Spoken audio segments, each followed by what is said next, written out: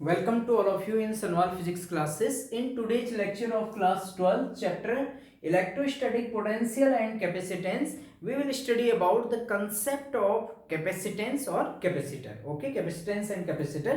तो आज के इस लेक्चर में हम कैपेसिटेंस के बारे में यहाँ पे डिस्कस करेंगे. ठीक है कि कैपेसिटेंस क्या है और कैपेसिटर क्या है. कि सबसे पहले कैपेसिटेंस के बारे में अगर हम बात करें तो देखिए कैपेसिटेंस का कंसेप्ट क्या है और कैपेसिटेंस ये बीच में हमारा कि क्या कंसेप्ट है और कौन सा टॉपिक बीच में इंट्रोड्यूस हुआ है. ठीक है, तो पोटेंशियल के बारे में और पोटेंशियल एनर्जी अभी तक हमने चैप्टर पढ़ा. तो कैपेसिटेंस के लिए क्या होता है देखिए मैं आपको कुछ एग्जांपल से बताऊं. जैसे शुरुआत में जैसे हमने देखा है, अगर मान लीजिए मेरे पास ये कोई भी वेसल है, कोई भी बर्तन है सपोज, ठीक, कोई बीकर है, टेस्ट ट्यूब है, कोई बर्तन समझ लीजिए आप. ठीक, अगर हम इसमें पानी डालते हैं, वाटर डालते हैं, तो वाटर डालने पे क्या होता है. ठीक, तो जैसे अगर इसमें हम वाटर डालेंगे तो क्या होगा, वाटर का लेवल इंक्रीज हो जाएगा. होगा नहीं होगा. अगर इसमें वाटर ऊपर से पड़ता रहेगा तो वाटर लेवल राइजेस. तो वाटर का जो लेवल हुआ, वाटर लेवल राइज हुआ. अगर हमने वाटर ऐड किया, अगर हमने किसी बर्तन में वाटर को ऐड किया, ठीक, वाटर को हमने अगर उसमें डाला तो वाटर लेवल क्या होता है, राइज होता है. ऐसे ही देखिए कैपेसिटेंस से पहले आपको ये एग्जांपल से मैं समझा रहा हूं, फिर आप उसका फैक्ट समझ जाएंगे. तो वाटर डाला तो वाटर लेवल राइज होता है, वेरी कॉमन. ओके, दूसरा देखिए ऐसे ही अगर हमारे पास मान लीजिए कोई बॉडी है, ये हमारे पास कोई बॉडी है, ठीक, तो अगर हम इसको हीट देते हैं, अगर हम इसको क्या कर रहे हैं, हीट प्रोवाइड कर रहे हैं, एक्स्ट्रा हीट प्रोवाइड करते हैं, अगर हम किसी चीज को गर्म करते हैं तो हमने क्या देखा है कि उसका थर्मल लेवल इंक्रीज होता है. थर्मल लेवल मींस अगर हम हीट करेंगे, लगातार हीट अगर देंगे तो टेम्परेचर इंक्रीजेज. टेम्परेचर क्या होता है, बढ़ता है. टेम्परेचर बढ़ता है means thermal level increases. Thermal level increase हुआ. ठीक, वाटर देखिए वाटर हमने डाला तो वाटर लेवल इंक्रीज हुआ. हीट अगर हमने उसको प्रोवाइड की तो टेम्परेचर इंक्रीज हुआ, थर्मल लेवल इंक्रीज हुआ. ऐसे ही इलेक्ट्रिसिटी में अगर हम किसी कंडक्टर को, मान लीजिए हमारे पास कोई कंडक्टर है, ठीक, कोई कंडक्टर है, किसी भी शेप का कंडक्टर हो सकता है, ठीक, स्फेरिकल हो सकता है कोई भी. अगर मान लीजिए हम किसी कंडक्टर में, ठीक, ये कंडक्टर है सपोज, ठीक है, ये कंडक्टर है, या ऐसे हमारे पास कोई कंडक्टर है, सिंपल कंडक्टर की अगर हम बात करें भी, अगर हम किसी कंडक्टर में अगर चार्ज, अगर हम कंडक्टर में क्या करें, कंडक्टर को अगर हम चार्ज इंक्रीज करें, यानी कि उसको चार्ज करें, यानी कि उसको चार्ज ऐड करें, या बाहर से चार्ज की सप्लाई करें किसी कंडक्टर में, अगर हम चार्ज ऐड करते हैं तो उसका पोटेंशियल इंक्रीज होता है. क्या इंक्रीज होता है बताया मैंने, इलेक्ट्रिक पोटेंशियल वी इंक्रीजेज. हम इसको बोलते हैं electrical level increases. In general इसको बोल दिया जाता है इलेक्ट्रिकल लेवल इंक्रीजेज. और इलेक्ट्रिकल लेवल में क्या इंक्रीज होगा, इलेक्ट्रिक पोटेंशियल इंक्रीज होगा. तो हमने कहा कि अगर हम किसी कंडक्टर को अगर चार्ज देते हैं तो कंडक्टर को चार्ज देने पर उसका अगर चार्ज हम इंक्रीज करते हैं तो पोटेंशियल भी क्या होता है, इंक्रीज होता है. ठीक है, यानी कि Q directly proportional to V. यानी कि आपका चार्ज अगर आप इंक्रीज कर रहे हैं तो पोटेंशियल क्या होता है, उसका इंक्रीज होता है. ओके ओके, तो मैंने यहां पर आपको क्या बताया है देखिए कि अगर किसी भी कंडक्टर को अगर हम चार्ज अगर इंक्रीज करें तो उसका पोटेंशियल क्या होता है, इलेक्ट्रिक पोटेंशियल भी हमारा लेवल इंक्रीज करता है. ओके, तो अगर हमने चार्ज इंक्रीज करते हैं तो पोटेंशियल इंक्रीज होता है. और यहां पर हम एक डायरेक्टली प्रोपोर्शनल साइन हटा के हम एक कांस्टेंट लगाते हैं C. क्या लगाते हैं, capital C, Q equal to C into V, या यहां से C इक्वल टू आएगा हमारा Q अपॉन V, या इन जनरल हम Q को स्मॉल q से अगर शो करें तो C equal to Q upon V. इस C को ही हम कैपेसिटेंस कहते हैं. इस C को ही हम क्या कहते हैं, कैपेसिटेंस. और मैथमेटिकली हम इस C को डिफाइन करते हैं Q अपॉन V से. अब एक कैपेसिटेंस क्या है देखिए, कैपेसिटेंस है चार्ज को स्टोर करने की एबिलिटी कंडक्टर की. देखिए क्या कहा मैंने, कैपेसिटेंस जो C है यह है चार्ज को स्टोर करने की कैपेसिटी उस कंडक्टर की. The capacity of the conductor to store the electrical energy भी हम कह सकते हैं, या to store the electric charge. अब कैसे ये समझिए, देखिए मैं शुरू से मैं आपको और कंसेप्ट समझा रहा हूं दोबारा से, मैंने उसमें फिर हम कैपेसिटेंस को भी अभी इंट्रोड्यूस करेंगे। एक्सप्लेनेशन आप ध्यान से सुनिएगा। हमने कहा कि अगर हम किसी बर्तन में वाटर अगर ऐड करते हैं, वाटर मिलाते हैं, तो वाटर का लेवल क्या होता है, इंक्रीज होता है। अगर किसी बॉडी को हीट देते हैं तो टेम्परेचर इंक्रीज, यानी कि थर्मल लेवल क्या होता है, इंक्रीज होता है। ऐसे ही अगर हम किसी कंडक्टर को अगर हम चार्ज देते हैं तो उसका इलेक्ट्रिकल लेवल इंक्रीज होता है। इलेक्ट्रिकल लेवल का मतलब होता है कि उसका इलेक्ट्रिक पोटेंशियल इंक्रीज होता है। चार्ज क्यू को इंक्रीज करने पे पोटेंशियल इंक्रीज होता है, Q directly proportional to V. अब यहां से समझिएगा कैपेसिटेंस सी का।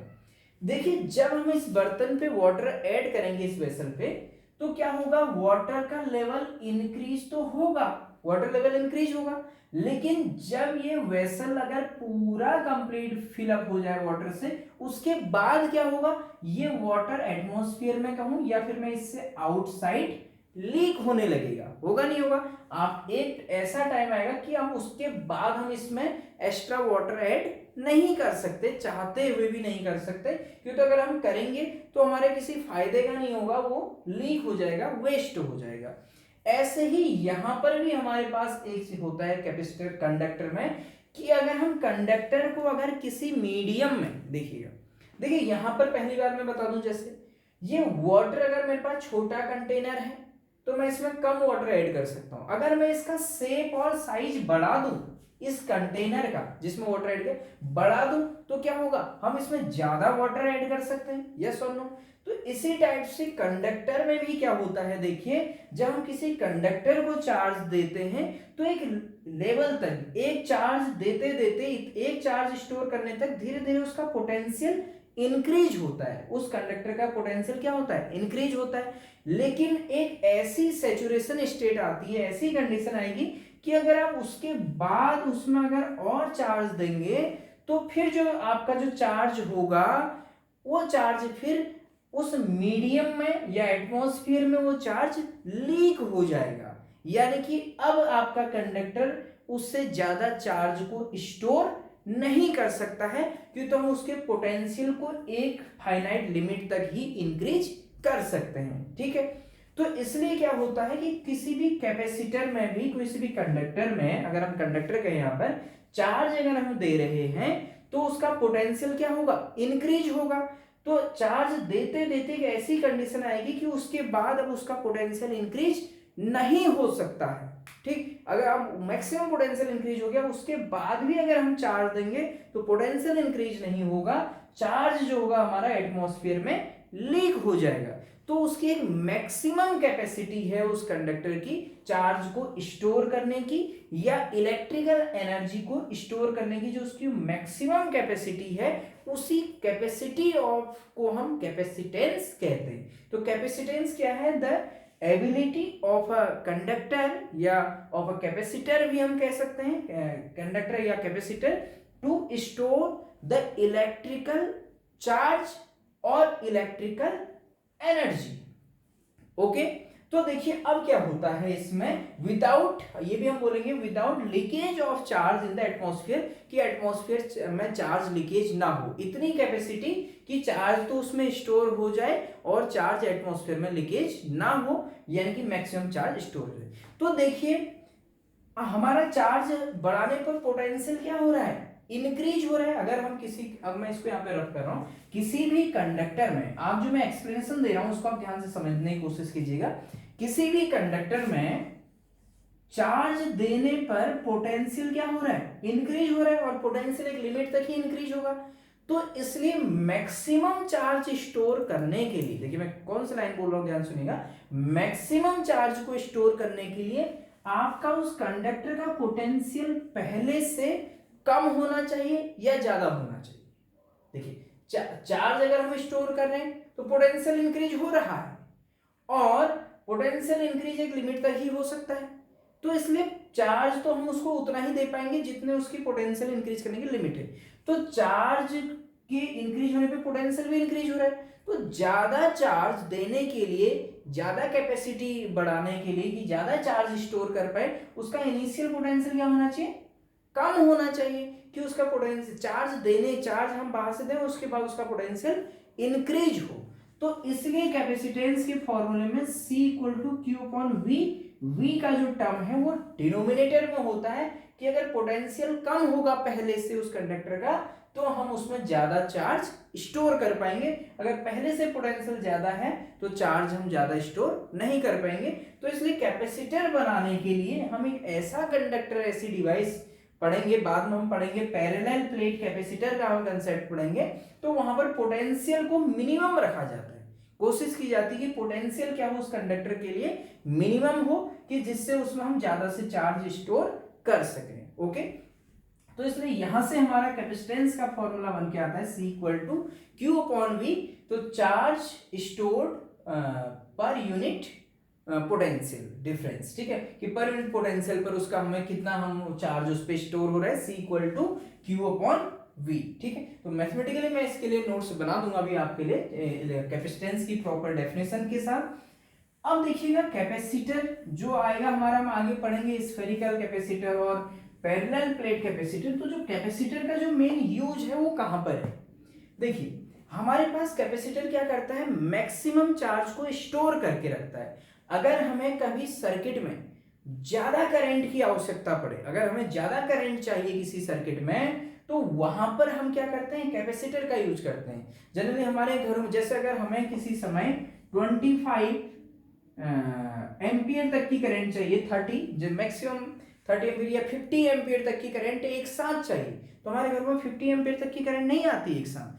तो वहां पर हम कैपेसिटर क्या कर सकता है, एकदम से सडनली एनर्जी को, कैपेसिटर का मेन रोल ये है कि हमें सडनली इलेक्ट्रिकल एनर्जी दे सकता है, तुरंत से एकदम इलेक्ट्रिकल एनर्जी। ठीक है, जैसे हमें किसी भी वर्क को स्टार्ट करने के लिए शुरुआत में ज्यादा एनर्जी यूज होती है, बाद में धीरे धीरे क्या होती है कि वर्क चलते रहता है। तो स्टार्ट करने के लिए हमें सबसे मेन प्रॉब्लम आती है। तो अगर जैसे हमें फैन रोटेट करना है, फैन में जनरली हमारे कंडेंसर लगे होते हैं, ठीक है, तो कैपेसिटेंस के फॉर्म में, तो वहां पर जैसे अगर हमें कोई ऐसी कोई डिवाइस चलानी है जिसमें हमें एकदम से बहुत ज्यादा करंट की जरूरत पड़ती है, तो वहां पर हम कैपेसिटर का यूज करते हैं। तो कैपेसिटर क्या है कि मैक्सिमम चार्ज को स्टोर करके रखता है।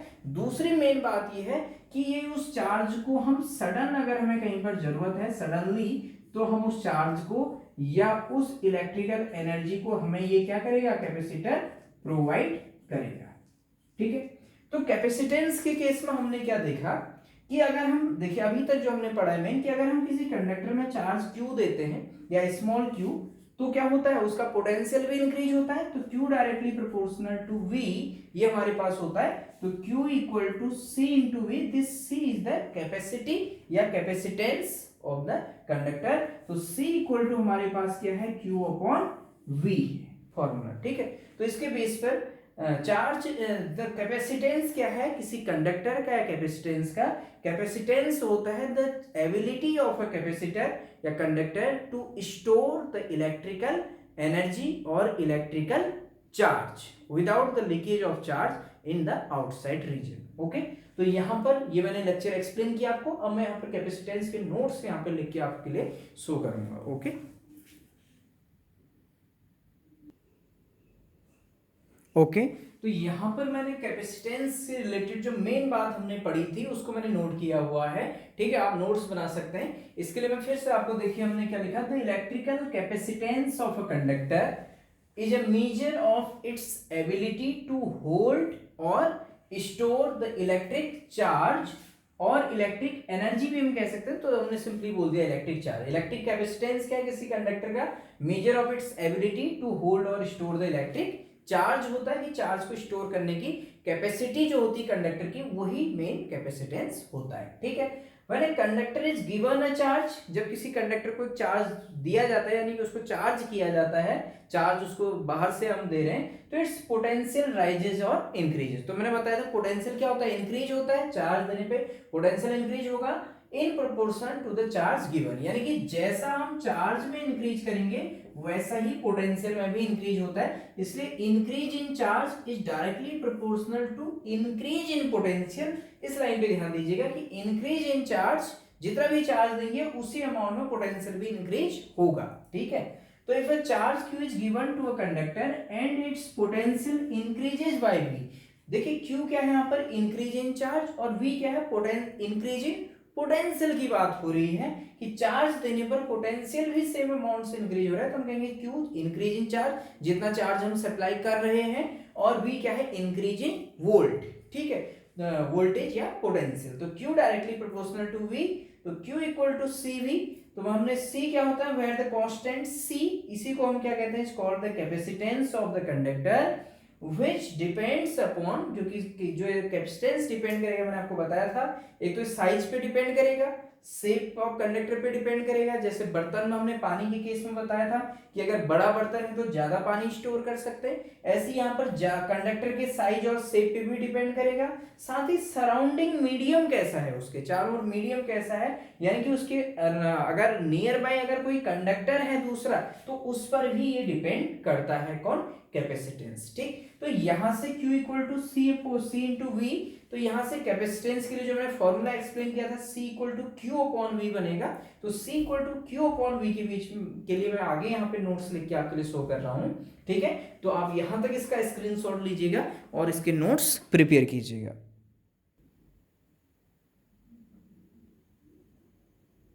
ओके, नेक्स्ट तो उसी फॉर्मूले को हमने आगे बढ़ाया, Q directly proportional to V, Q equal to CV, तो यहां से C इक्वल टू क्या है, Q upon V।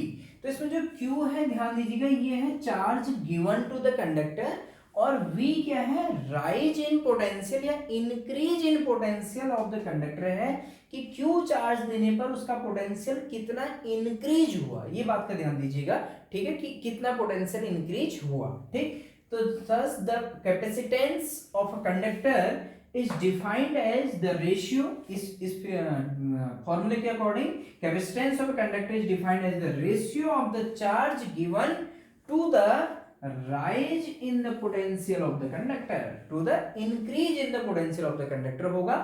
Q charge देने पर अगर V पोटेंशियल इंक्रीज हो रहा है, तो C equal to charge given upon rise और increase in potential will be the capacitance of the conductor। अगर जिसमें न्यूमेरिकल आएंगे कि हमने इतना चार्ज दिया तो उसका पोटेंशियल इतने पोटेंशियल से इस पोटेंशियल तक इंक्रीज हुआ, तो हमें इनिशियल पोटेंशियल और फाइनल पोटेंशियल को माइनस करके, यानी फाइनल माइनस इनिशियल, हमें इंक्रीज इन पोटेंशियल देखना है कि उसका पोटेंशियल कितना इंक्रीज हुआ है, that is the main point. यहाँ पर जो V है वो पोटेंशियल में इंक्रीज है Q चार्ज देने पर। ओके, नेक्स्ट इसको आप नोट कर लीजिएगा स्क्रीनशॉट लेकर के, डेफिनेशन आप ये भी नोट कर सकते हैं।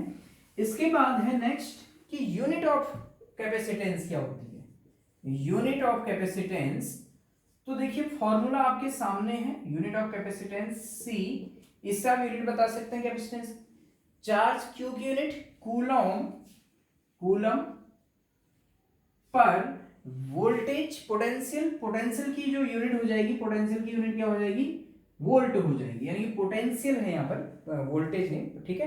तो यहाँ पर पोटेंशियल की यूनिट वोल्ट और चार्ज की यूनिट कूलम, तो हमारी कैपेसिटेंस की यूनिट हो जाएगी कूलम पर वोल्ट। लेकिन जो हम इसकी जो एसआई यूनिट जो हम पढ़ते हैं, एसआई यूनिट ऑफ कैपेसिटेंस, ये रिप्लेस किया जाता है, ठीक है, कूलम पर वोल्ट को फेरेड से, ठीक है, माइक्रो फैराडे के नेम से हम जनरली इसको फेरेड लेते हैं, FARAD, फेरेड। Okay, denoted by capital F, तो कैपिटल F से हम इसको डिनोट करते हैं। तो यहां पर जो 1 फेरेड होता है, देखिएगा जो 1 फेरेड कैपेसिटेंस, ये बहुत बड़ा कैपेसिटेंस होता है, ठीक है।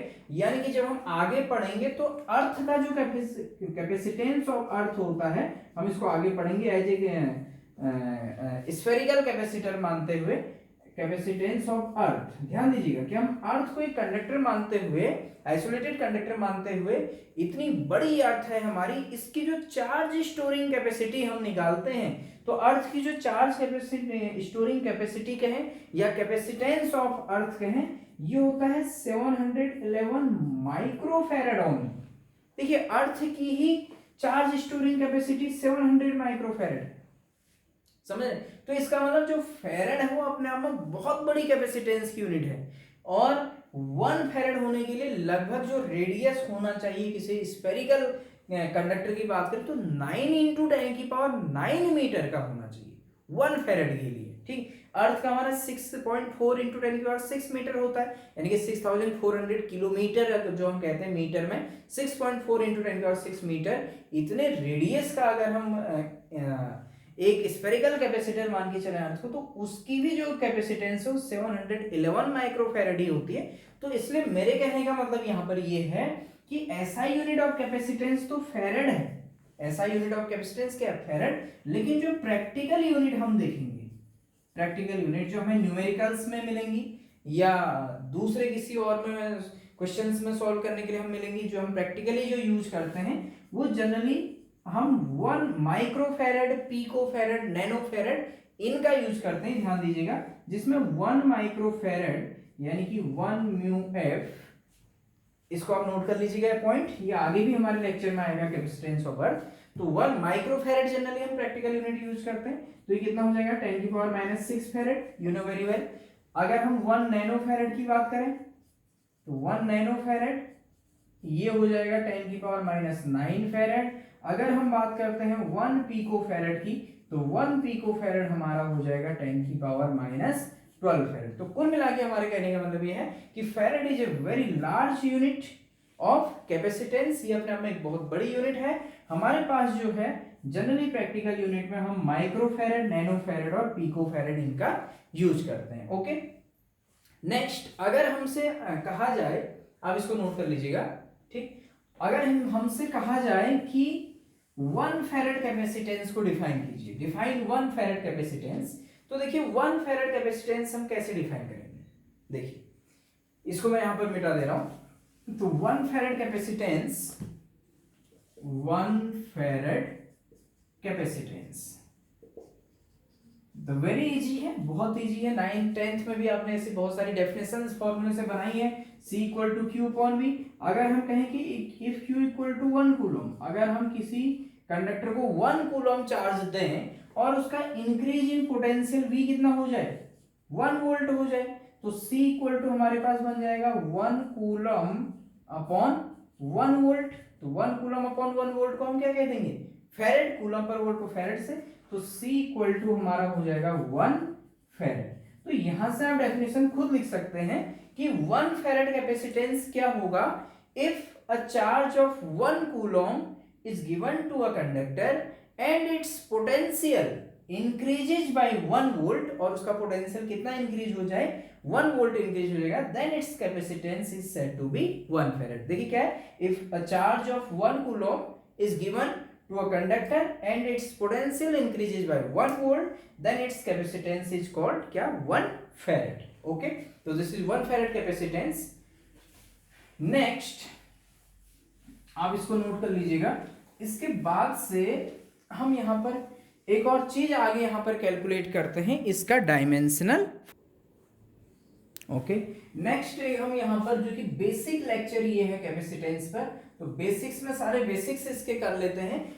डायमेंशंस ऑफ कैपेसिटेंस, देखिए डायमेंशंस बताने की बहुत ज्यादा जरूरत नहीं होती है, ये आप खुद, आपको इसके बारे में क्लास 11 से बहुत अच्छी नॉलेज है, लेकिन यहाँ पर कभी कभी जो हमारे सीबीएसई में एमसीक्यू पैटर्न बन रहा है, मल्टीपल चॉइस क्वेश्चन, तो कभी ऐसे डायमेंशन बेस्ड क्वेश्चन वहां पर पूछे जा सकते हैं, जो इंपोर्टेंट क्वांटिटीज हैं, तो उन्हीं के हम डिस्कस करेंगे, बाकी आपको हर किसी का निकालना आना चाहिए। तो डायमेंशंस ऑफ कैपेसिटेंस के लिए देखिए C इक्वल टू फॉर्मूला क्या है, Q अपॉन V। तो C का डायमेंशन के लिए चार्ज का डायमेंशन अपॉन नीचे वोल्ट का डायमेंशन निकाल दीजिए पोटेंशियल का। तो देखिए चार्ज की यूनिट क्या है, जूल, यूनिट से हम निकाल लेते हैं। वोल्ट को हम क्या, जूल पर कूलम भी लिख सकते हैं, शॉर्टकट पड़ेगा इसलिए मैं आपको बता रहा हूं। V equal to W upon Q, या तो आपको पोटेंशियल की यूनिट अलग से निकालिए, हम जनरली कौन से फॉर्मूले से निकालते हैं, पोटेंशियल W अपॉन Q से निकालते हैं। तो यहाँ पर देखिएगा ये हो जाएगा मेरे पास, क्या हो जाएगा देखिए, वो हमारा वर्क यूनिट जूल और नीचे चार्ज पोटेंशियल की यूनिट जूल पर कूलम से रिप्लेस कर सकते हैं, आप समझ सकते हैं। तो पोटेंशियल को मैंने जूल पर कूलम लिख दिया, ओ सॉरी यहाँ पर एक गलती होगी, चार्ज क्यू की यूनिट जूल नहीं, सॉरी, चार्ज क्यू की यूनिट हो जाएगी हमारी कूलम। ओके, तो कूलम ये फिर ये होल अपॉन है, ठीक है, तो जूल पर कूलम से नीचे इसको लेगा तो कूलम ऊपर इंटू हो जाएगा, तो ये क्या बन जाएगा, कैपेसिटेंस की यूनिट के लिए हम सॉल्व कर रहे हैं, coulomb into coulomb, coulomb square upon joule, joule means work की यूनिट। ठीक, इस टाइप से मैंने इसको बना दिया। तो हम क्या देख रहे हैं, डायमेंशन। ठीक है, डायमेंशंस ऑफ कैपेसिटेंस। तो देखिए कूलम क्या होता है, चार्ज होता है क्यू। तो चार्ज का क्या होता है, देखिए dimension formula charge Q equal to I T. अगर मैं आपको याद दिलाऊं करंट का ए, टाइम का टी, तो क्यू का होता है ए टी।